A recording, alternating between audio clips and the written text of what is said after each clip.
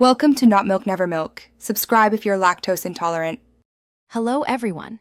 In this video, I will show you how to set up Cash App, an incredibly popular financial tool.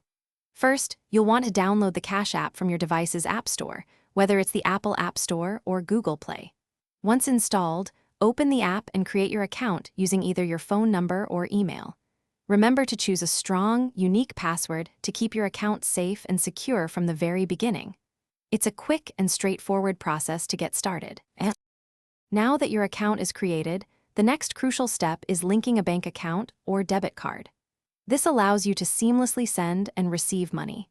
You'll need to accurately enter your bank's routing and account numbers or your debit card details.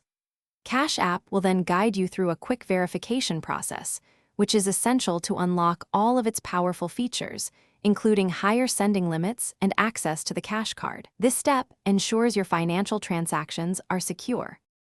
With your bank linked, you're ready to send and receive money. It's incredibly simple. Just tap the $sign icon at the bottom of the screen. From there, you can choose to send money or request it. Enter the desired amount and the recipient's unique cash tag, phone number, or email address. Always double-check all the transaction details, including the amount and recipient, before you hit send. This ensures your money goes to the right person every single time. Cash App offers even more convenient features. You can order a free, customizable cash card, which is a Visa debit card that lets you spend your Cash App balance anywhere Visa is accepted. Additionally, for those interested, you can easily buy and sell Bitcoin directly within the app.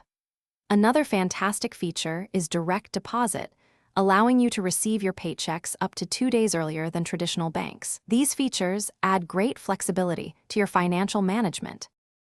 Thanks for watching. If this was helpful, leave a like and consider subscribing. See you next time.